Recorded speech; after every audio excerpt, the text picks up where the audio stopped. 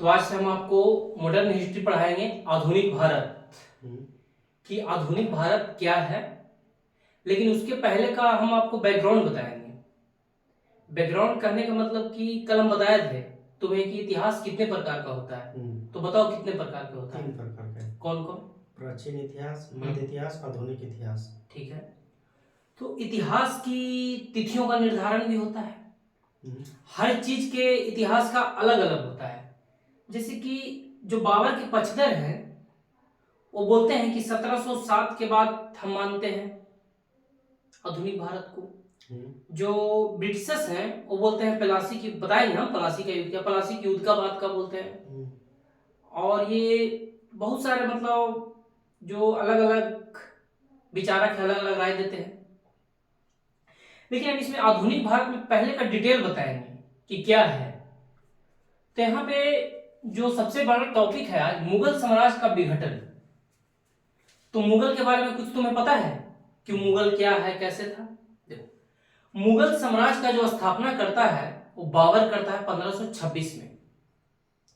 कुछ पढ़ा होगा, नहीं पढ़ा हो तो हम तुमको मध्यकालीन भारत पढ़ाएंगे ना तो बता देंगे, ठीक है। यहाँ पे तुमको ध्यान देना है, ना समझ में आया बोलना है। तो मुगल का जो स्थापना किया मुगल, वो करता है बाबर, ठीक है।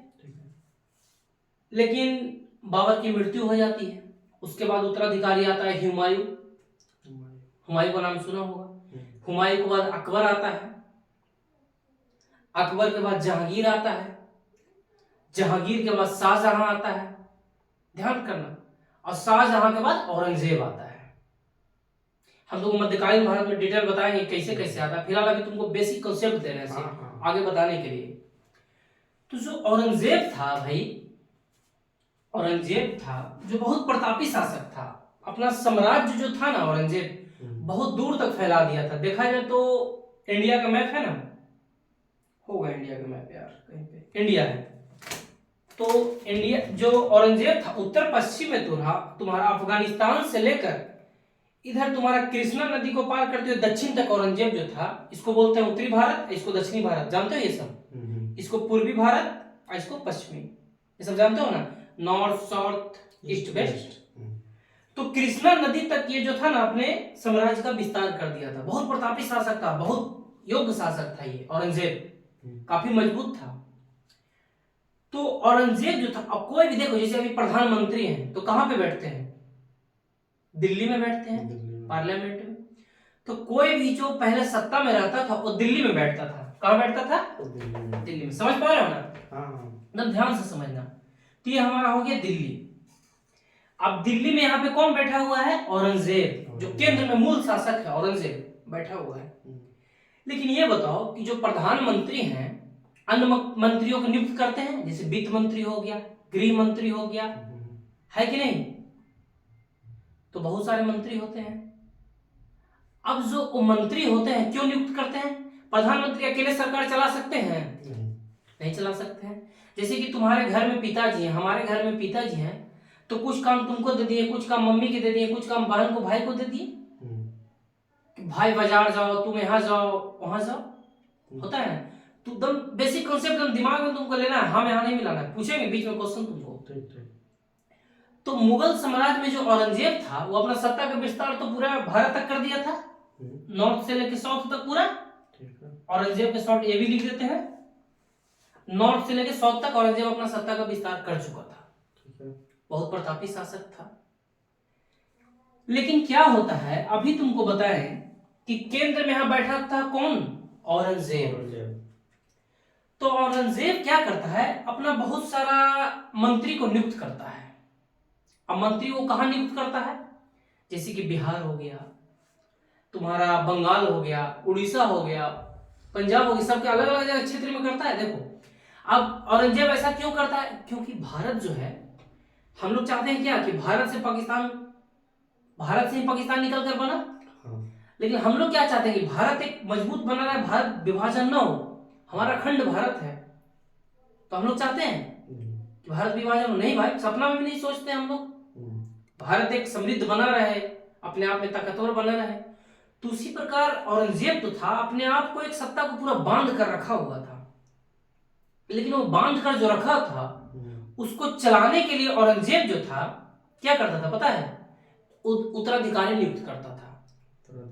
और जो उत्तराधिकारी होता था, जैसे कि कोई उत्तराधिकारी यहाँ नियुक्त कर दिया बिहार में, कोई हैदराबाद में, कोई पंजाब में, कोई बंगाल में, ठीक है। अब उत्तराधिकारी किसके अधीन काम करता था? इसके अधीन ही काम करता था।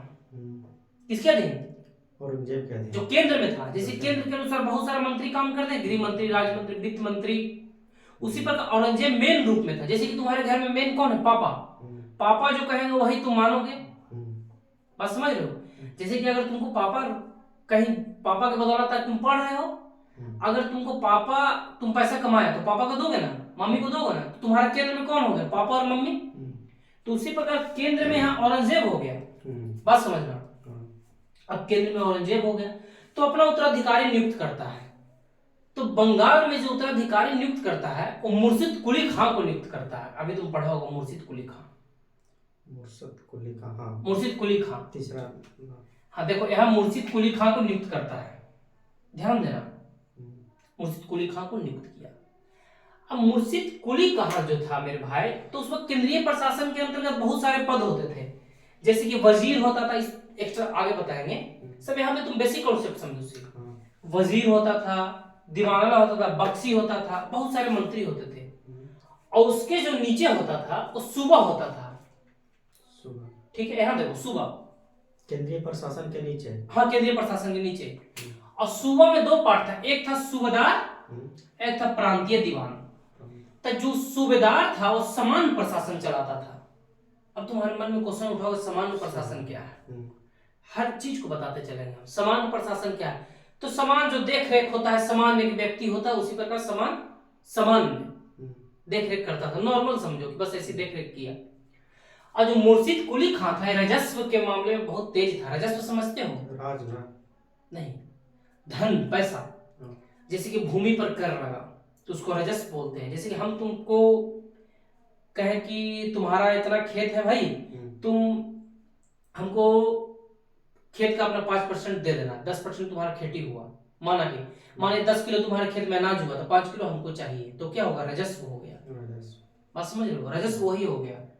तुम 100 रुपए कमाते हो तो भैया 90 रुपए हमको चाहिए, हम राजा हैं, तो ये क्या हो गया? राजस्व हो गया। तो राजस्व का देखभाल कौन करता था? मुर्शिद कुली खां।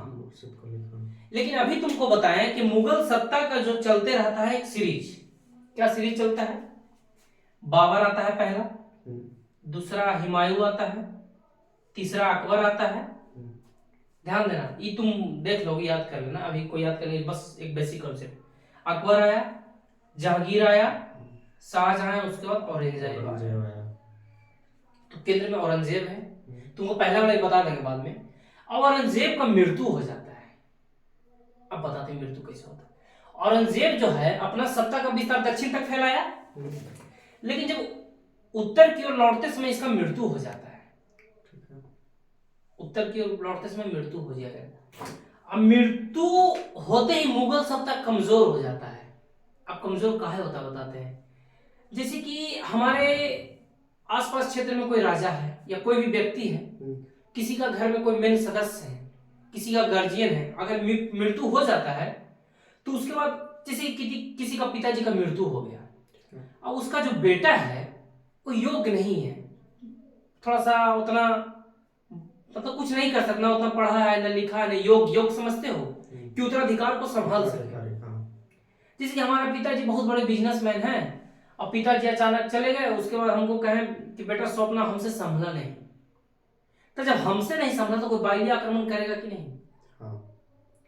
और जब यहाँ राजा कमजोर होगा, जब यहाँ पर कौन केंद्र में कौन है? राजा। और राजा कमजोर होगा, जो आसपास अधिकारी नियुक्त किया है वो तो कोशिश करेगा कि ना हमला कर दे, तो स्वतंत्र होने का कोशिश करेगा। कि स्वतंत्र समझते हो कि हम अपना अलग राज्य बना लें। ये सोचेगा हम पावरफुल बन जाए, ये सोचेगा हम पावरफुल बन जाए, ये सोचेगा हम पावरफुल बन जाए। बात समझ रहे हो? यहाँ पर तक समझ रहे हो? तो अब 1707 में औरंगजेब का मृत्यु हो जाता है। 1707 में औरंगजेब की मृत्यु के बाद तुम्हारा जो शासक आता है, सीरीज से बताते हैं, जिसे बाबर से तुम्हारा बताएं। औरंगजेब का जब मृत्यु हो जाता है तो शासक आता है बहादुर शाह। बहादुर शाह मतलब कौन वंश का था? ये सब मुगल वंश का ही था। मुगल है यार। हाँ सब मुगल, इसका मतलब कोई औरंगजेब का पुत्र उत्र था इसी, ठीक ना, तो उतना इंपॉर्टेंट नहीं है लेकिन जानते जाओ। कोई उत्तराधिकारी घर का ही सदस्य था, पुत्र था। अब बहादुर शाह आया, बहादुर शाह के बाद फिर आया इसका उत्तराधिकारी जहांदार शाह। लेकिन सब आयोग नहीं है, सब ऐसे ही चलते गया चलते गया चलते गया, सब कहानी सबका एंड है। फिर आया फर्रुख सियर। फर्रुख सियर कौन है? फर्रुख सियर को बोलते हैं घृणित कायर, घृणित कायर, कायर। फिर उसके बाद आया मोहम्मद शाह, इसको बोलते थे रंगीला बादशाह। ये पूरा दारू पी के मग्न रहता था, रंगीन दम दुनिया में रहता था, पूरा स्त्रियां नचवा रहा है, पूरा रंगीन है। उसके बाद आया अहमद शाह। अहमद शाह के बाद आया आलमगीर द्वितीय। आलमगीर द्वितीय के बाद शाह आलम द्वितीय। शाह आलम के बाद अकबर द्वितीय। सबसे लास्ट में बहादुर शाह जफर। 1857 में ये युद्ध का संचालन करते हैं। तो अब यहाँ पे समझा, मृत्यु औरंगजेब का हो गया, मुगल सत्ता कमजोर हो गई, क्योंकि आयोग सब बेकार का शासक था, योग्य शासक नहीं था। औरंगजेब मजबूत था, तो सबको क्या बांधे हुए रखा था। औरंगजेब जो है मेरे भाई, सबको क्या बांधे हुए रखा था। जैसे पिता क्या होता है, घर में सब बेटा को बांधे हुए रहता है। अब पिता गए कि बेटा बहुत लोग लफा निकल जाता है। तो उसी प्रकार ये क्या है कि स्वतंत्र होने का कोशिश करता है। अब 1717 में क्या होता है, 1707 में औरंगजेब का मृत्यु होगा। मतलब कोई डेट ये मत याद रखना, बस याद रखो, स्टोरी याद रखेगा ना तो पढ़ने में बुक मजा आएगा। तो 1717 में क्या हो, 1707 में मृत्यु हो गया। अब 1717 में जो ये नियुक्त किया था राजस्व प्रशासन मुर्शिद कुली खां, ये क्या करता है कि एक सूबेदार पद था, एक दीवान पद था। अब ये दोनों को मिलाकर मुर्शिद कुली खां क्या करता है कि एक बन जाता है नवाब। फिर इसको बोलते हैं नवाब, मुर्शिद कुली खां को। हाँ, अब यहाँ से बंगाल का नवाब बन गया। ये मुगल का शासक अलग है, ये बंगाल में शासक कर रहा है। देखो अब यहीं पे तुमको समझना है, नहीं सब कंफ्यूज हो गया होगा, यहाँ पे कंफ्यूज हो गया होगा। जैसे कि यहाँ पे केंद्र में औरंगजेब है, औरंगजेब था। औरंगजेब का मृत्यु हुआ 1707 में। औरंगजेब अपना अधिकारी को नियुक्त किया था बंगाल में, बहुत सारा नियुक्त किया था। पंजाब में, हैदराबाद, आबाद में बहुत सारा नियुक्त किया था। लेकिन औरंगजेब का मृत्यु हो गया। जैसे ही मृत्यु हो गया, लोग स्वतंत्र होने का कोशिश किया, अपना अलग राज्य स्थापना बनाने की कोशिश किया। औरंगजेब दोनों को क्या मतलब दो पद दिया था, सूबेदार और प्रांतीय था। अभी दोनों को मिला लिया तो मुर्शिद कुली खां को कहने लगा नवाब। बात समझा? और उत्तराधिकारी का पद छोड़ के नवाब कहा जाने लगा। अब नवाब हो गया तो बहुत सारे राज्य स्वतंत्र हो जाते हैं भाई। अब बहुत सारे राज्य जैसे कि देखो, अवध स्वतंत्र हो जाता है। हैदराबाद एक अलग राज्य का स्थापना कर, निजाम मुल्क पढ़ोगे, हैदराबाद का निजाम बोलता है ना एक मूवी में बाजीराव मस्तानी में कि अब निजाम ही निजाम, बाकी तो सब गुठलियों के आम है, रणवीर सिंह का। यही पे तो मूवी है, देखा है मूवी तो वहीं से। तो बहुत सारा राज्य स्वतंत्र होने का कोशिश करते हैं, कोशिश किया। अब देखो यहाँ पे मुगल शासक कहाँ है, केंद्र में है। अब मुगल शासक क्या है, अभी आ ही रहा है। अभी तो हम सीरीज से बता दिए कि ये कमजोर हो चुका है भाई। अब कमजोर हो चुका है तो बंगाल में क्या बहुत समृद्ध क्षेत्र रहता है। समृद्ध क्षेत्र मतलब समझते हो, जैसे कि उसके पास धन दौलत बहुत ज्यादा बंगाल के पास रहता है। कहा जाता है कि औरंगजेब अपना जीवन का 25 साल दक्षिण में रहता है, युद्ध करता है शिवाजी से। और जब इसको पैसा घटता है तो पता है अपना 25 साल का जीवन ये दक्षिण में बिता दिया, दिल्ली में रहकर भी 25 साल। जब इसको पैसा घटता है तो पता है बंगाल का जो राजस्व रहता है, राजस्व समझ रहे हो ना, पैसा उस पर निर्भर रहता है कि अब आएगा पैसा। बंगाल इतना समृद्ध था, वो तो बताएंगे आधुनिक भारत में अंग्रेज कैसे बंगाल को खोखला कर दिया। बंगाल बहुत अच्छे था ना, बहुत अमीर था, बहुत। बंगाल पे मतलब कब्जा कर लेना, पलासी का युद्ध होता है, बताते हैं तुमको। अब उसके बाद मुर्शिद कुली खां मर जाता है। कैसे मरता है उतना कोई इतिहास में इसका मरने का डिटेल नहीं है। उसके बाद आता है शुजाउद्दीन। लेकिन एक चीज मुर्शिद कुली खां के बारे में तुमको नहीं बताया। मुर्शिद कुली खां, आज समझ पा रहे हो ना कि हौच-पौच हो रहा है ना, समझ रहे हैं। मुर्शिद कुली खां मुगल से स्वतंत्र तो हो जाता है, स्वतंत्र तो यहां से हो गया, अलग राज्य का स्थापना कर लिया। लेकिन पता है मुर्शिद कुली खां स्वतंत्र हो गया, लेकिन ये मुगल को क्या करता है, इसको राजस्व भेजते रहता है। व्यवहारिक तौर पे स्वतंत्र हो जाता है लेकिन औपचारिक रूप से राजस्व भेजते रहता है, मतलब फॉर्मेलिटी नाम के। जैसे कि बहुत सारा तुम्हारा दोस्त ऐसा होगा कि घनिष्ठ हो गए। कुछ दोस्त के तो फॉर्मेलिटी के साथ खाली बस मिलते होगा, हंसते हो, तुम्हें भी मन में द्वेष है, उसका भी मन में द्वेष है कि अच्छा तुमको बताएंगे हम। तो उसी प्रकार यहाँ है कि मुर्शिद कुली खां राजस्व भेजते रहता है। फिर मुर्शिद कुली खां का पुत्र सुजाउद्दीन आता है, वो भी शासक भेजते रहता है मुगल को राजस्व, पैसा, राजस्व मतलब समझो ना पैसा उसा। पैसा, हाँ। सरफराज खां भी भेजते रहता है, लेकिन सरफराज खां को मार देता है कौन? अलवर्दी खां। अलवर्दी खान। अलवर्दी खां मार देता है। अलवर्दी खान पुत्र सरफराज के है। नहीं, ये बिहार का शासक रहता है, ठीक है। अलवर्दी खां को ऐसी नॉर्मल शासक है, पुत्र यहीं तक है, सरफराज खां तक। इस अलवर्दी खां सरफराज खां को मारकर गद्दी पर बैठ जाता है। अलवर्दी खां बहुत योग्य शासक था। ये क्या करता है, देखो एग्जाम में कैसे पूछेगा, अलवर्दी खां बंगाल का एक ऐसा नवाब बनता है ना भाई, कि कहता है भाई हम मुगल को राजस्व नहीं देंगे, हम स्वतंत्र है तो राजस्व काहे देंगे। तो अलवर्दी खां एक ऐसा शासक है कि मुगल को राजस्व देने से मना कर देता है। क्वेश्चन आएगा, क्वेश्चन आया हुआ भी है, समझ रहा है। तो यहां से हो गया। अब यहां से तुमको बताएंगे कि पानीपत का वार होता है, वो कल बताएंगे बाकी, ठीक है। Thank you.